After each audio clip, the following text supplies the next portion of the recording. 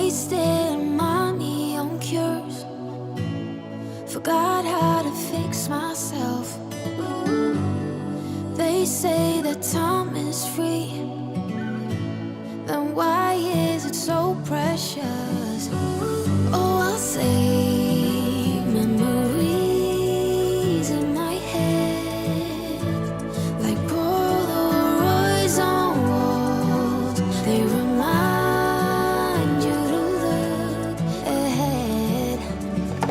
Time is running out.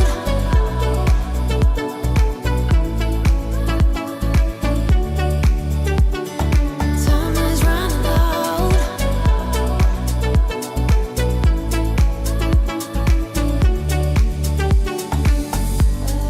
Lately I've lost my track. I've sailed the deepest seas, hoping to find something to bring back better times. Oh, I'll say memories in my head, like Polaroids on walls. They remind you to look ahead. But time is running out. Time is running out. Time is running out. Time is running out. Time is running out. Time is running. Time is running out.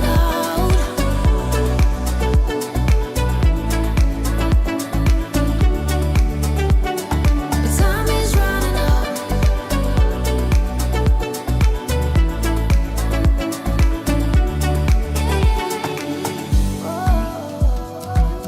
What if my best days are over? They can be over.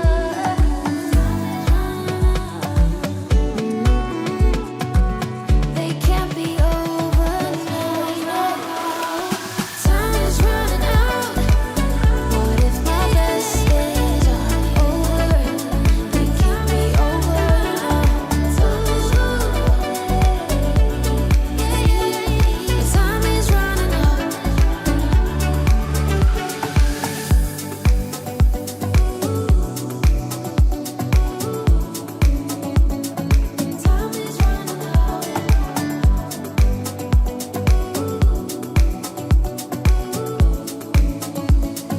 Time is running out. Okay, everybody, welcome. We've reached the end of a long road. Over the last 8-9 months, we've been hosting live streams for A-Level Economics. And today is the final one as we draw towards the AQA Paper 3. So yesterday we did a special on Edexcel Paper 3. Today our focus switches to AQA. So thank you if you're joining us. Great to see some regular names and faces appear in the live stream. If you're subscribed to the channel, then you can post a comment or an answer or a question in the chat window. So feel free to subscribe. And also if the session is useful, consider pressing the like button. A little nice message from Ben. Ben's obviously feeling very emotional. He's back from his international break. He's back from that nice little window between paper 2 and paper 3. Interesting, they've been following obviously social media, and I'm right up there. I'm obviously on TokTik. And some people were saying they found it hard to motivate themselves for the exams. Yeah, I was in my local library today in town, wandered in there, and the place was heaving with students working really hard. They haven't let their guard down. Most of them seem to be doing quadratic equations, as far as I could tell. So paper 3 is a big one. Let's crack on. We haven't got time to waste. Those of you who've found maybe paper 1 or paper 2 a bit flaky, don't worry. You've still got 1/3 of the marks to go. So it's out of 80 as always with all 3 papers. And crucially, these are the grade boundaries from 2024. They actually came down a bit. It was 75% for an A-star in 2023. There's no reason to believe they'll be any significantly higher or lower this year. But the key thing is the grade boundaries are set after they've marked 3/4 of the scripts. So the exams are now live. Pardon me, paper 1 and paper 2 is being marked as we speak. And once they've got all the sufficient marks in and standardized it, then they can start to think about what the grade boundaries are. So don't worry too much about these things. You just aim on getting the best mark you can. and then let the grade take care of itself. So a quick look at paper 3 in terms of the structure. Here, 2 hours if you have normal time. Answer all questions. So you have plenty of choice in paper 1 and paper 3, obviously with the essays, the 15 and the 25. So you have to answer all questions. Well, you don't have to, but there's no choice in the exam. The maximum mark is 80. 30 multiple choice. Now, this is really important. And we're going to do 10 new questions in a second or two, just to give you a chance to have a warm-up. 30 out of 80, you can do the percentages here. It's more than the third. So this is a significant weighting of multiple choice questions. And basically the idea here is it's objective tests, okay? It's easy to mark, pardon me, but crucially they can cover virtually the entire syllabus. So there are 30 questions, 15 micro, 15 macro, but they're mixed up, okay? Yeah, I'm not sure what you're aiming for, but my aim would always be to get at least 26 out of 30. You sometimes misread a question or two, but 15 micro, 15 macro. Try and get that done in 30 minutes. Make sure you've done all the recent past papers, and you can create your own papers, of course, now on AI.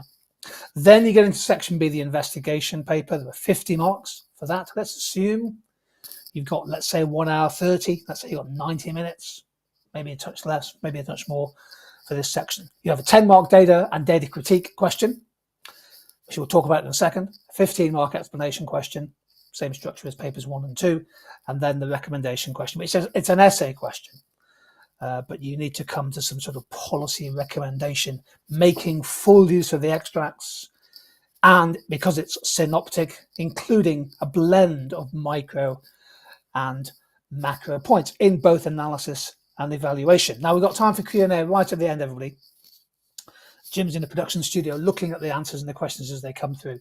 So Dan says very rightly, MCQ is important in determining your grade in this paper. It certainly is.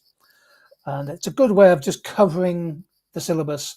I would, 2 days to go, isn't it? It's done the 2 days before the paper. I would be certainly practicing multiple choice a lot. A, you speed up. B, your marks get higher. And you create more time in the exam, particularly for that 25-mark question. Question there from A_man. Do you recommend doing the essays first? That's what my teacher said. Well, I personally wouldn't, actually. I would do the multiple choice first because it goes through the spec, a mixture of micro and macro. I'd get the multiple choice done first, and then you can just focus on section B. So that's my answer to your question. Okay, let's have a go at 10 questions. I've got 10 new questions for you. So if you are willing to have a go, post your answers in the chat window. Here's question number 1. The government increases spending on major infrastructure projects. What is the most likely short-run macroeconomic effect? So what do we think? What do we think here? Major infrastructure spending, what's the most likely short-run effect? A, B, C, or D. And thank you, by the way, to everybody who's posting their answers. We've got nearly 300 people with us live. Many more will watch this on replay. So if you're watching on replay, just take a moment to press the pause button. Tori and Will and Teddy and Jake, familiar names, and in our live streams over the last 6 months, they're all saying C. Let's double check. It is C. Now, can you visualize the diagram there? Particularly when aggregate supply is inelastic, infrastructure spending can cause a higher inflation, but of course, in the long run, it can increase long-run aggregate supply. Here's question number 2. Which of the following best explains why the UK government might provide a subsidy for electric vehicles? And this is a good question, a micro question about the arguments in favour of different types of government intervention. Zoe and Chloe and Ben Gomersall are all saying A. What do we think? Actually, yes, I think I might have actually inadvertently posted the wrong answer. The answer is A. I think it's on the screen. It comes up as B. My apologies. Need to bring up today. It is. The answer is A. To correct an under allocation of resources. So my bad there. Put these together an hour or so ago. Yes. So a subsidy is designed to correct an under allocation of resources, shift resources towards things which provide a good. A merit, good if you like. Question number 3. Ceteris paribus, all other things being equal, a rise in market interest rates mortgages, bond yields, etc., but is most likely to cause what? What do we think? So a rise in market interest rates is most likely to cause. Questions there about the exchange rate, about investment, about borrowing, and about savings. Most people here saying D. A few people saying C, higher investment due to higher returns. That might be confusing financial investment with physical investment. The answer is D, the savings ratio, other things being the same. If the real interest rate goes up, then people might save a higher percentage of their disposable incomes. Question number 4. Which of the following is a key assumption of rational choice theory in behavioral economics? Now, behavioral economics, of course, challenges the axioms of rational choice, but you need to understand what those axioms are in order to understand the work of behavioral economists. And James and Teddy and Izzy and Bruce and Sam, again, some of our regular contributors, amazing economists, Ned and Bill, all saying A. Let's double check. It is. That is an axiomatic assumption. Now, the work of people like Stiglitz and others, Hugo Simon, who created bounded rationality, that challenged that assumption. So consumers and Stiglitz's work on asymmetric information, for example, and the work of Hubert Seymour on bounded rationality challenged that axiom. Great answers. Well done, everybody. Don't forget to revise your behavioral economics. Nudges and norms can always be brought into policy discussions. Okay. Question number 5. Quite like this question. If the government reduces welfare benefits while increasing income tax allowances, which of the following outcomes is most likely in the short run? I like this question. A quick reminder as we're waiting for answers to come through here that yes, we are running some business paper 3 revision sessions towards the end of the week or the weekend. Charlie May Walker and James Muir and Percy and Fleur, Teddy, Josh and Sam all saying C. Let's double check. Yes, indeed. And this is, well, you can challenge it, but you don't have to evaluate it in a multiple choice question. Increasing the tax-free allowance. By the way, can anybody post in the chat window, please? Let's see who gets the first answer. What is the current income tax-free allowance? It's been frozen for the last 3 years. What is the current income tax-free allowance in the UK? And the correct answer is 12,570.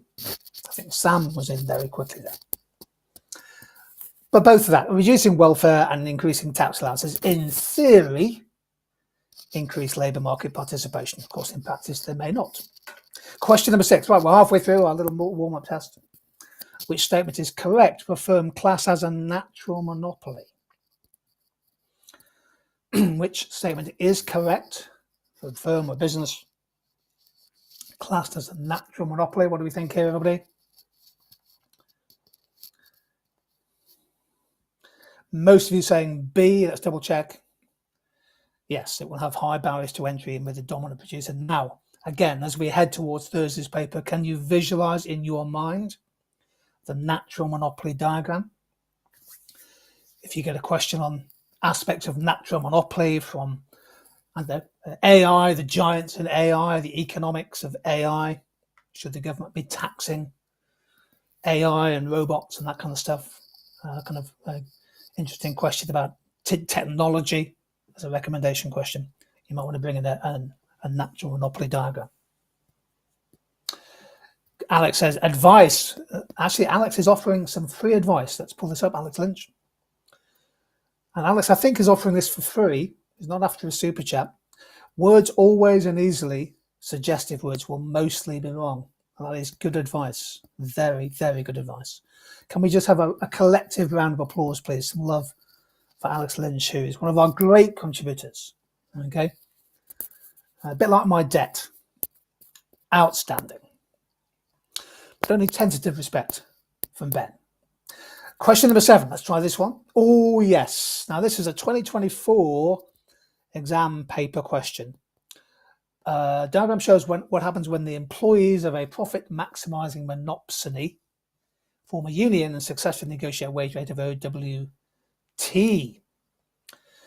What's the effect of the new wage rate on employment?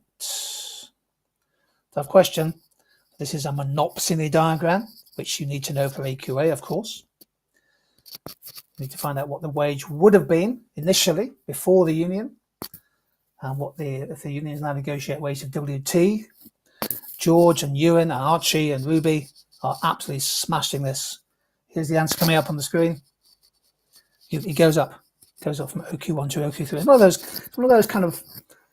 I love these kind of diagrams. One of those diagrams you come out thinking, wow. So the argument that unions create unemployment or that minimum wage costs jobs is contradicted, isn't it, by that diagram?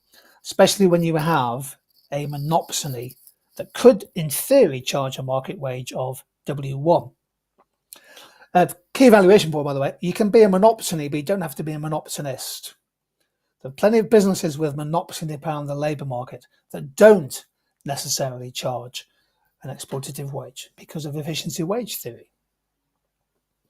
Jake comes in with a really great question, actually. Thanks for your question, Jake. With the imposition of a minimum wage, would the government set it at the equilibrium for monopsony? Yes, possibly. That'd be a really good evaluation point, Jake. Depends what how the government sees a minimum wage operating. Do they want to be fairly neutral or risk averse and set it at a relatively low level, incremental increases from year to year, or do they want to set it at a particularly high level to really drive the wage floor home? In the UK, the experience of minimum wage over the last 25 years has been incremental and cautious. Just the last 2 or 3 years, the minimum wage has gone up a lot because of inflation. Okay. Great question. Now let's try number 8. World financial crisis. What's that? Well, it's partly linked to the actions of commercial banks. Too right it was. Which reminds me, I need to watch The Big Short again this evening. Which actions of the commercial banks could have led to the financial crisis?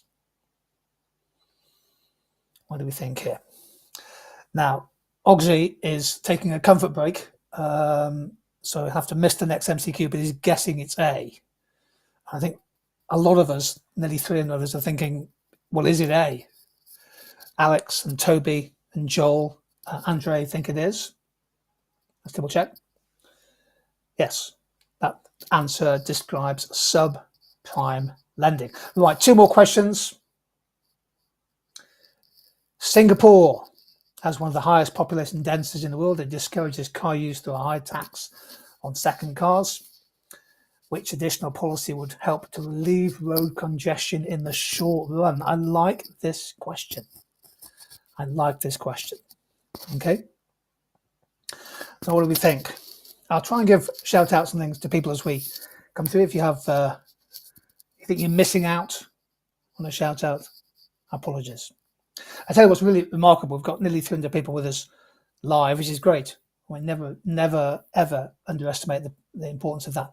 But so many names we recognise because you've been to the vast majority of the live streams. So Grace and Andrew and Sam, Ed, and Epic Plays, I think it's D. Let's have a look. Yes, you run a quota system for card licenses. Okay. Archives of TAN comes in with some good explanation to help the group. B and C is long run. A can be irrelevant, long run too, if it's even possible. It's certainly possible, archives of TAN, encouraging restrictions on the size of families. You could make sure that everybody is no more than 5'6". And last question, you might need a calculator for this one. The table shows the GDP and population of 4 countries, Bangladesh, India, Nigeria, South Africa. Which country is most likely to have the lowest living standards? So why are you doing it? Ed's asked a question. Geoff, why is there so many less doing AQA? Well, it's not a massively amount less. The gap's getting wider. I think there's something like, I've been looking at the numbers because the exams are live now. Something like 19,500 do EdXL and about 15, maybe just under 15,000 do AQA. OCR is quite small, 4,000-ish. And then some other examples as well. Okay. And what do we think here? Most people going for A. Let's double check. Yeah, if you've done a quick calculation, you can narrow it down into really 2 countries. Per capita income is lowest in Bangladesh. Right, scores on the doors, please, everybody, before we just look at the paper itself. Scores out of 10, please. I know 1 or 2 of you were on a comfort break. Hamish, great to hear from you. I had a wonderful, wonderful day at Scarborough Sixth Form College. The students were amazing. And I'm going back next year. We've already agreed a date to do a revision day in Scarborough next April. So I'm looking forward to that. What do you think? Umair says he's got 10. James has got 9. The great sportsman, cricketer, hockey player. James has got 9. Tom's got 10. Well done, Tom. Bruce has got 10. Some really good scores here. Freya, Alex, and Ben Gummerson's got 11 out of 10. Say the line. Well, this is the point, Ben, of course, that I lost my job as an examiner because I always gave 110% to the job. I bet there's quite a few of you wanting to get 110% on paper 3. Rylan says, can I have a big shout out to Isaac Sutton, who should be watching this right now? Well, how do you know, Ryan, that Isaac isn't watching? Okay. Schumann says, these MCQs are too easy compared to the exams. You want to bet half of those were 2024 CIE exams questions. So they are perfectly valid. The last 5 were taken off the 2024 CIE exam.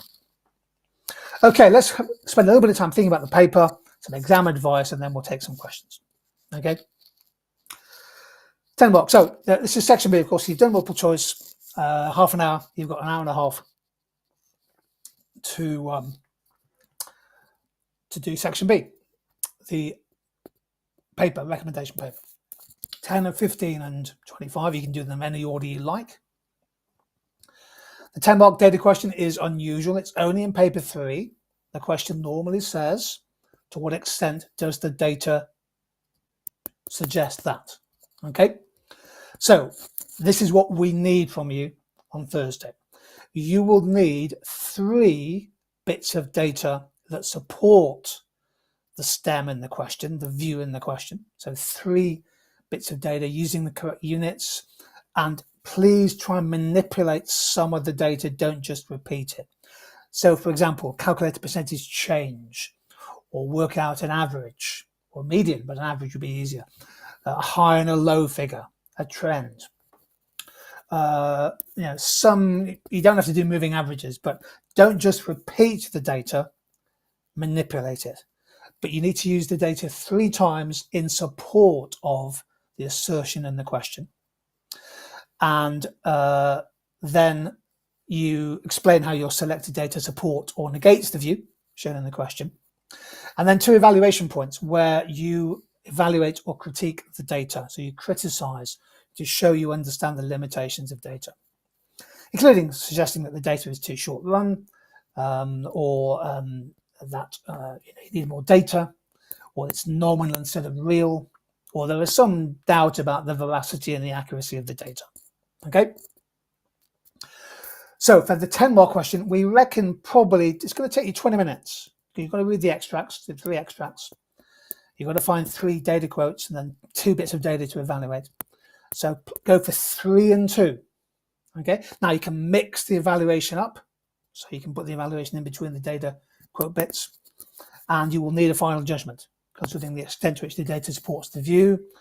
And in particular, if you get a chance, consider the relative importance of different pieces of data. So you might say, well, my most important piece of data is this. Okay. And that's the 10 mark question. Now, you can work through the past papers, but challenging and questioning the validity of the data is important. You don't need long answers here. It's the use of data which is being tested. Okay. Dan says, can you just do evaluation only in the conclusion? No, well, you're going to splatter some evaluation points in between your data quotes. Okay, so data quote, evaluate, etc. Okay, don't worry about the precise flow and structure of the answer, as long as you're using the data to support the view or negate it, and challenging the validity of the data, criticizing the data, you will be fine. Okay. Then a 15 marker.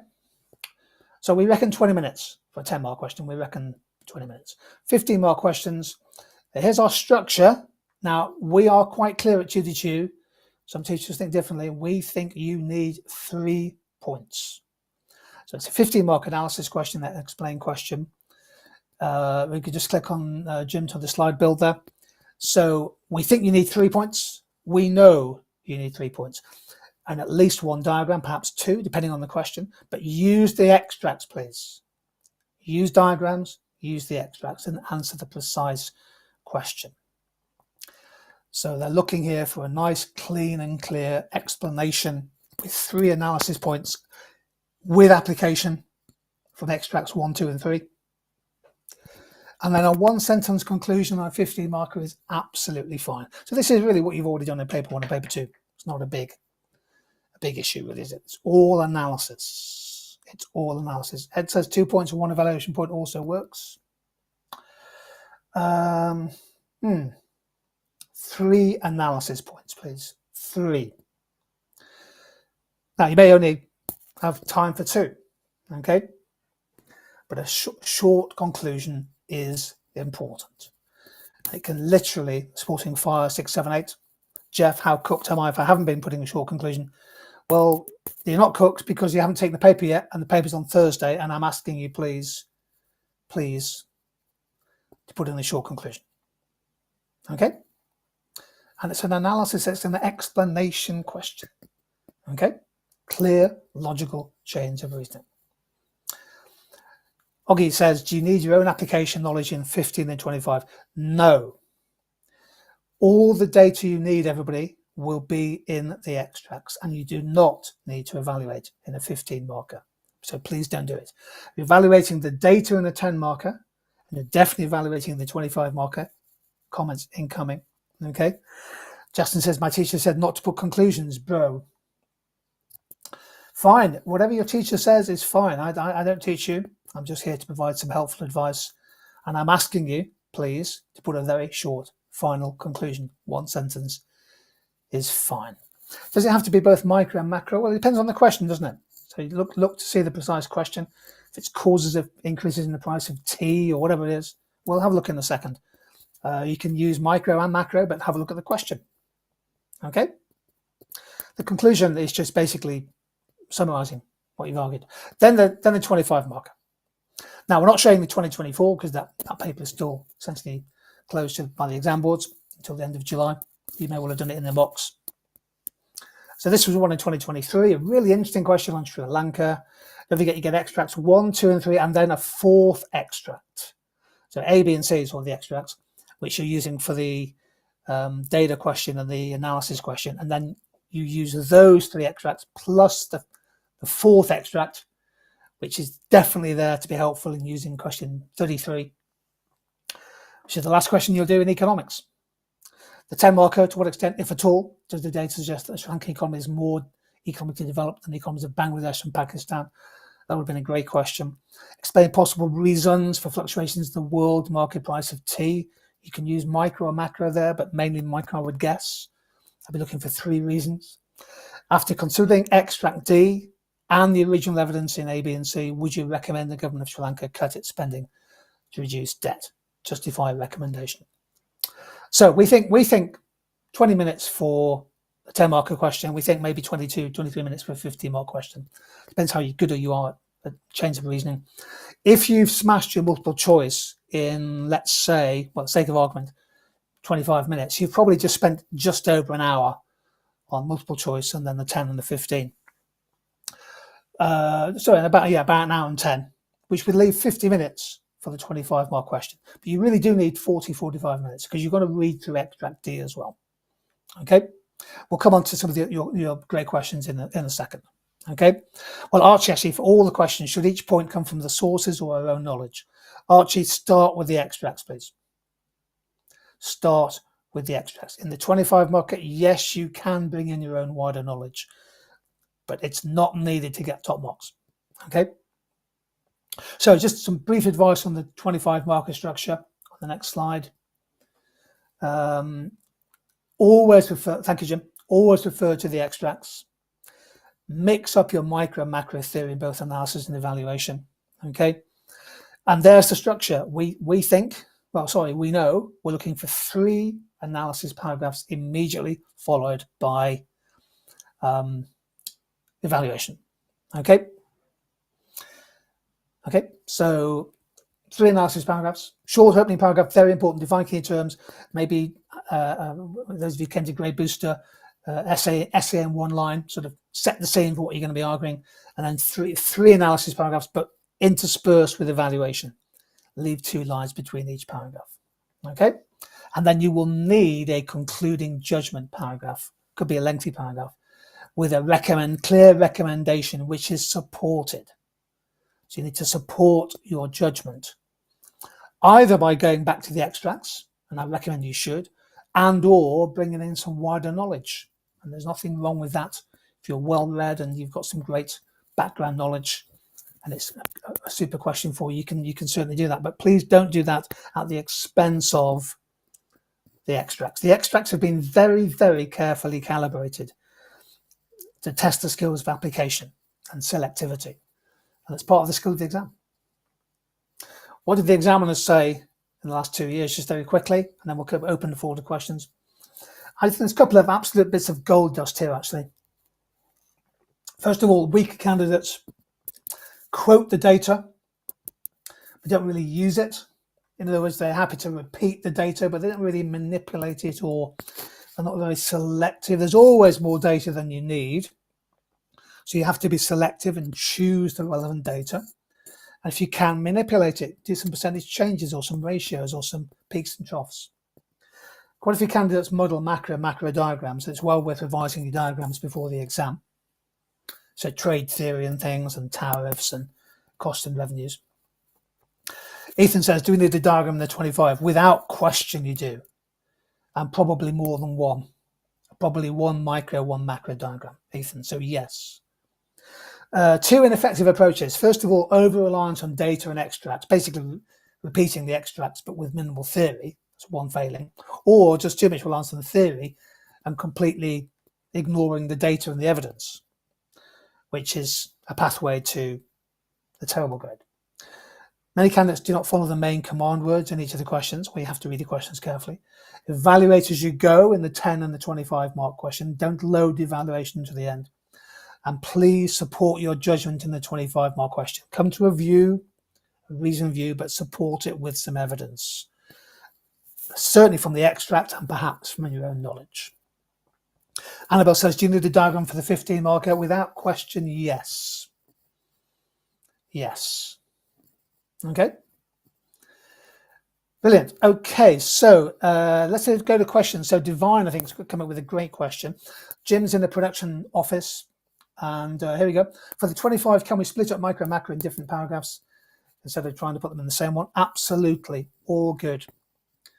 So you could, for example, build 2 micro analysis paragraphs and 1 macro, or 1 micro, 2 macro, and you can evaluate as you see fit. As long as you're evaluating the point you've just made, don't just do any random evaluation, like throwaway evaluation, generic stuff. But you can split micro and macro in different paragraphs, and you're encouraged to do so because it's a synoptic paper. And crucially, the exam's live, so I can't really comment. But when you're marking your 25 marker, you basically take a view: is this good economics? Has the student really genuinely tried to show their understanding of and appreciation of micro and macro and tried to build an argument?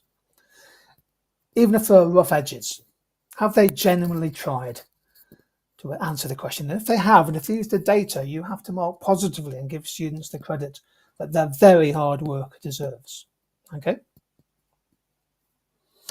Question here from Joel. Thank you, Joel. How do you really manipulate the data that the examiner is looking for? Well, the tools of manipulation, Joel, if you've got, for example, 3 countries, you've got 3 different inflation rates or 3 different unemployment rates, look at the spread. Or 4 countries, look at the spread between high and low. That's manipulation of data. If you can work out some rough averages, or that question on tea prices, the percentage change in the price of tea, or some reference to volatility using peaks and troughs. Look, you don't need to do advanced calculation. We're not doing second differentials and all that kind of stuff. We're just gentle manipulation using ratios, averages, percentage changes. That's absolutely fine. Okay.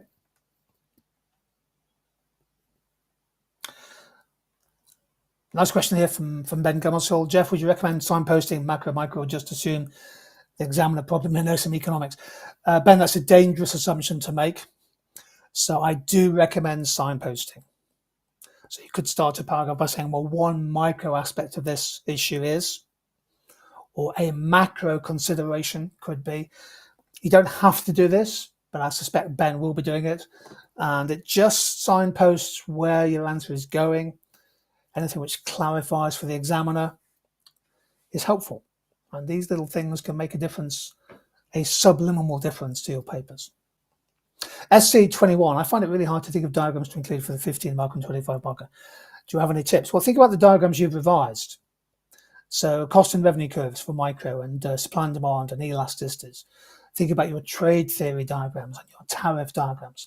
Think about ADAS. It's a workhorse model. You can normally bring in some ADAS into an answer. You hear stories of students coming out of an exam saying, oh, I put in 5 ADAS diagrams and feeling really good about themselves. But it's a good workhorse model. So just revise the diagrams. Phillips curve would be another one to revise, I think.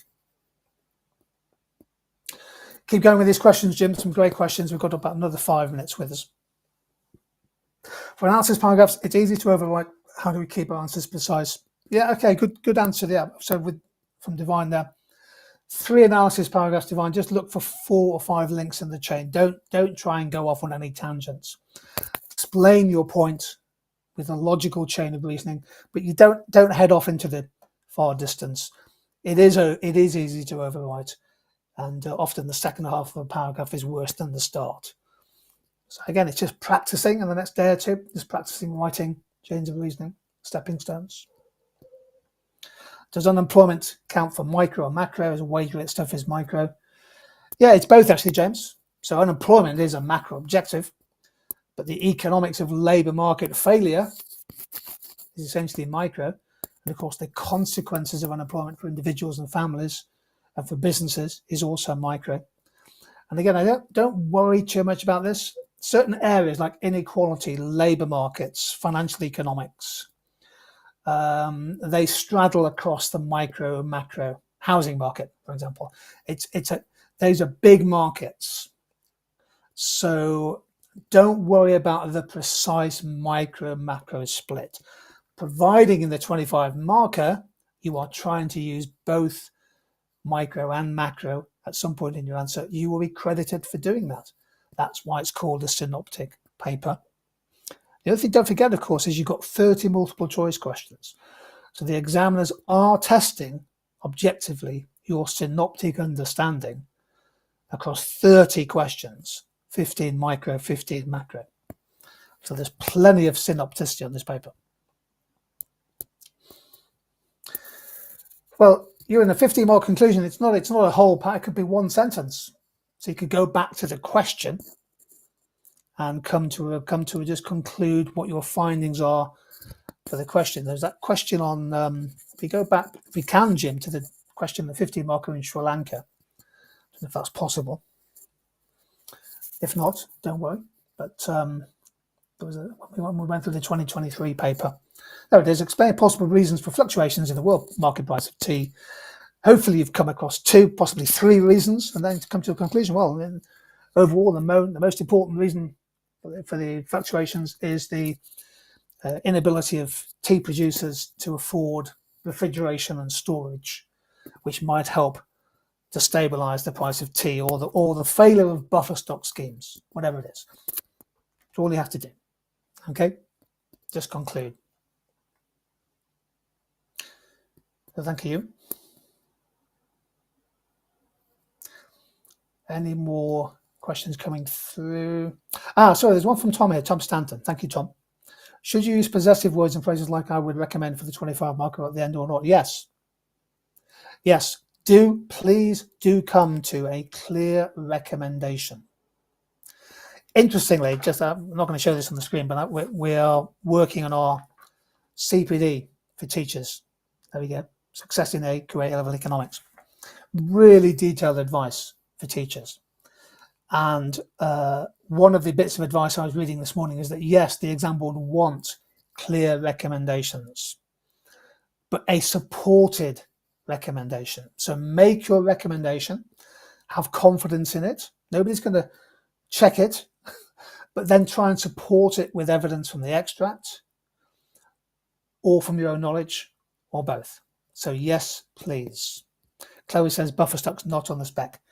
Chloe, you've just exposed me to the fact that I teach Ed Excel. Uma says, can you link macro and micro in the same paragraph, such as allocate efficiency, making goods more price competitive? You can. I would be a little reluctant to do that in every paragraph. I think you should try and make it slightly more clear-cut in terms of micro and macro. Your point about competitiveness, for example, could be a useful evaluation point. So you can bring the macro into evaluation.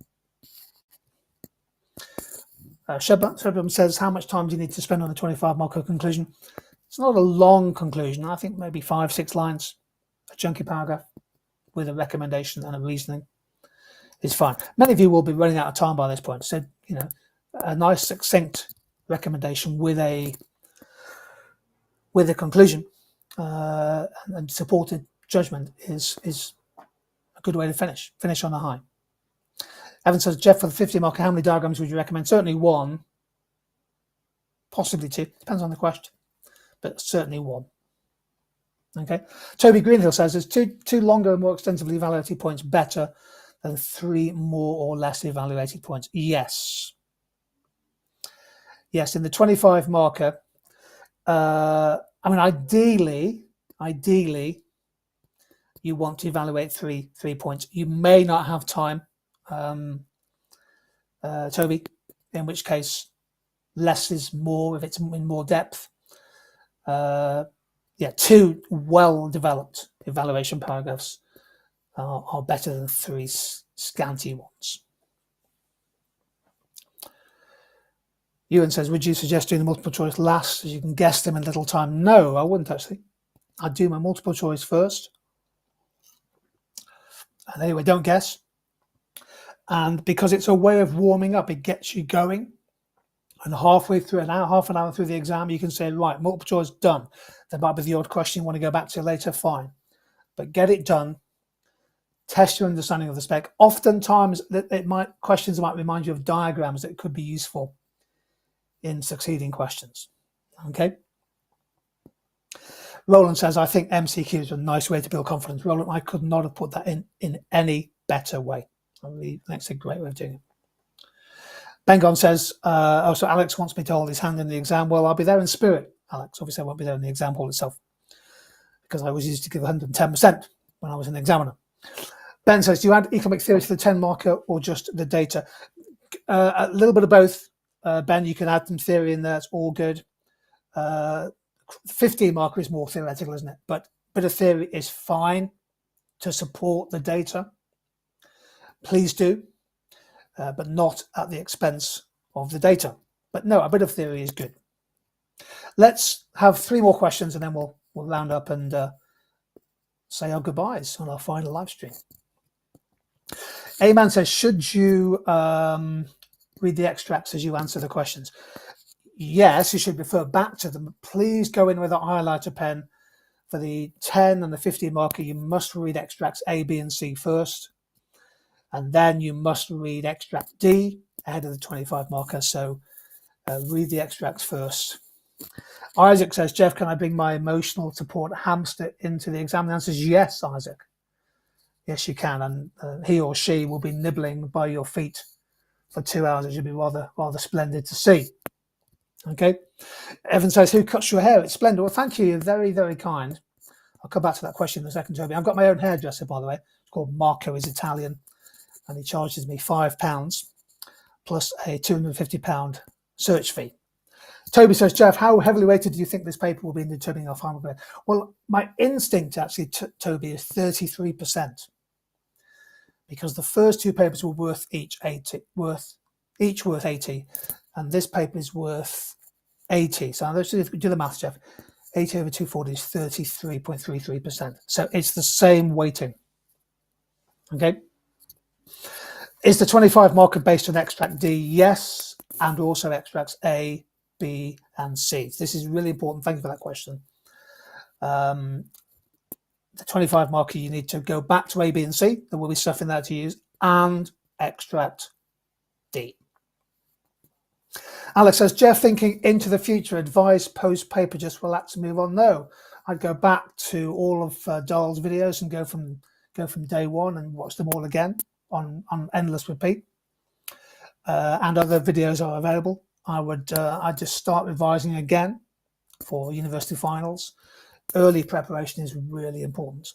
You can never relax in life. You should always be looking for the next paper, the next challenge. Okay. Maria says, how harsh is the marking? If we make a small diagram slip or something, do we get marked down by a lot? The answer is no. Now, the examiners have set quite a high bar for diagrams. They want them to be accurate and labelled correctly. Oh, James says, sniff some mangoes. James, believe me, no. Will I be tuned in to Dar's live stream tomorrow? No. I'm on a coastal walk tomorrow night. So, Maria's point, the marking is positive. Don't worry about the odd glitch in the diagram, scribbled out, and don't worry. Hopefully the final revision will help you get to a level of accuracy. If you make an error, look, you're 18 years old under pressure in the exam. Okay, the examiners are well attuned to the diagrams they see. Okay, we don't do predictions, Archie. Okay, Daniel says our conclusions necessary for top marks. Yes, especially in the 25 marker. Great stuff. Okay. Grace, well, we've had 45 minutes. I hope you found the session useful. If you did, well, I enjoyed it anyway, so it doesn't matter really. But if you found the session useful, can you give it a like? Because apparently that kicks the algorithm, and somebody in Kazakhstan who's taking AQA on Thursday will find a video. Evan says, just think after the exams we can play golf and drink all summer. Interestingly, Evan, I was on a golf course yesterday, 5 hours, and didn't manage to lose any ball down any of those little holes. So I was really pleased about myself. Okay. This is the chance to say good luck to everybody. You've worked very hard for your papers. I'm not going to go into kind of motivational blitz here, but you have worked hard. I just want to say a big thank you to all those students who have just joined us for so many live streams. We're so grateful over the last 3 to 6 months. It's been amazing. And we met many of you at Grade Booster. And who knows where you'll end up if you're at university and studying economics. I'm sure you'll have an amazing time. The most important thing is do your best on Thursday, because that's all we can ask for, that you do your best. And then you have other exams, business and maths and politics and other papers, no doubt. But when the exams are over, take a break, relax and celebrate a job well done. And obviously we wish you all the best. Let us know how you get on in August. We love to hear your stories. So good luck, everybody. Take care. And in the immortal words, stay happy, stay healthy, stay curious, and maybe see you soon.